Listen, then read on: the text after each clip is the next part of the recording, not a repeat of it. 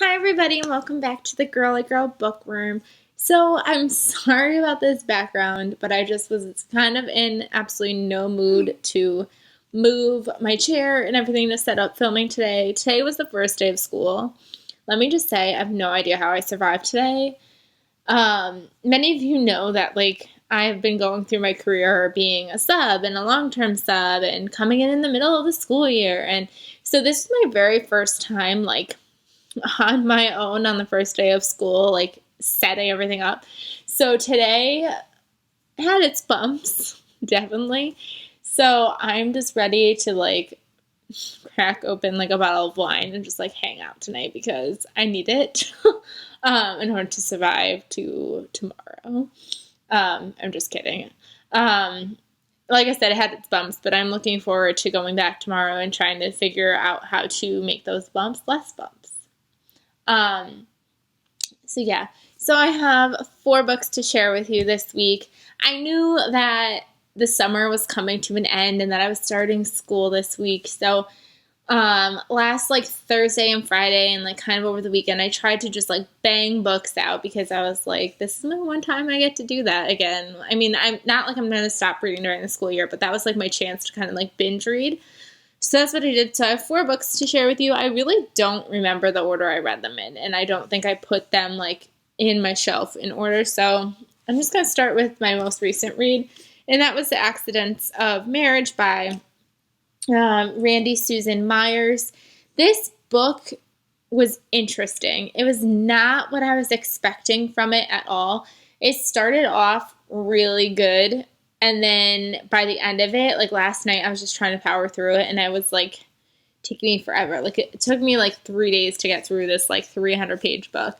It's about this woman and this man, and they're kind of having this tumultuous relationship. They're married. They have 3 kids, and something big happens that changes everything of the family dynamic. And I really, like I said, I really liked the beginning. And then we have the tragic thing that happens, and I was okay still. And then it became the aftermath. And then I was just totally I hated all the characters. I didn't like anything that was happening near the end. I felt awful for the children that were dealing with this, but the children too, they didn't come off the age they were supposed to be. The daughter is 14, or she turns 15, I think, at one point in the book, but she's 14 years old. And I remember saying something that character said to Patrick.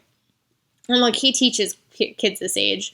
And he was they would never say something like that. Or when I was 14, that's not something you would say to your own parent.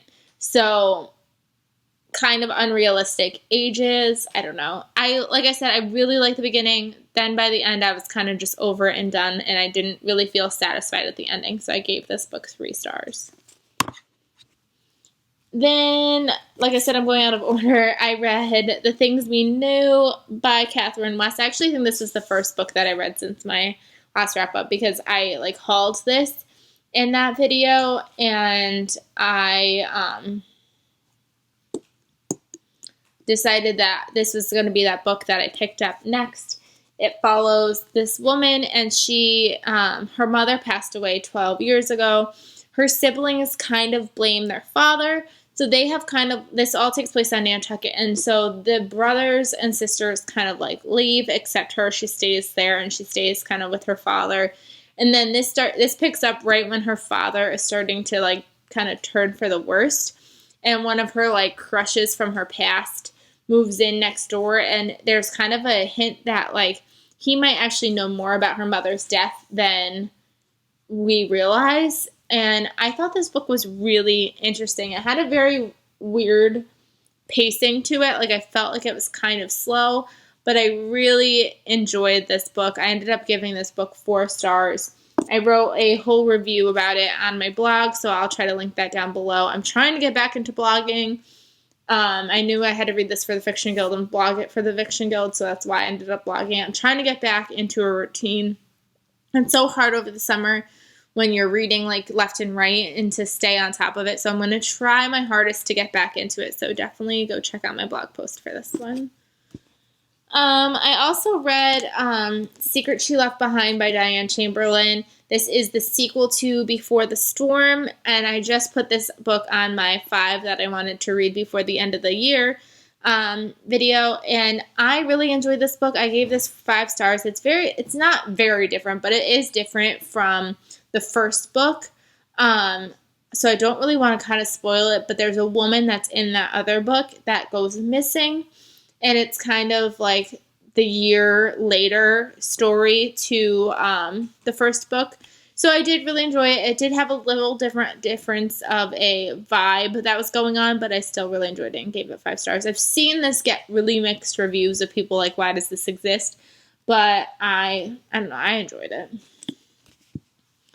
And I also read Summerland by Ellen Hildebrand because I was like, I think this was one of the books that I picked up right at the end of the weekend or something because I was like, it says summer on it. I need to read it before the summer is over.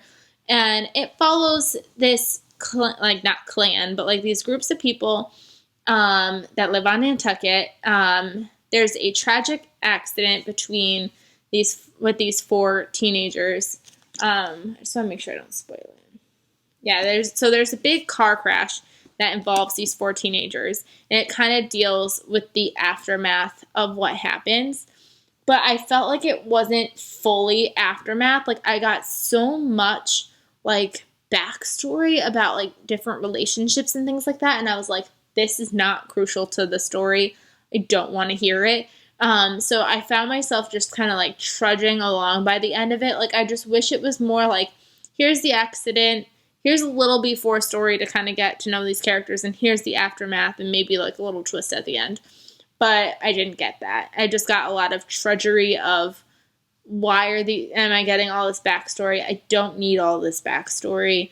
I wanted to know more about the teenagers and what they were going through. Like, even though like obviously the parents and everybody had to go through their own process, I really just wanted a book that kind of focused on those teenagers, I feel like, and dealing with what they were dealing with once all this stuff ensued.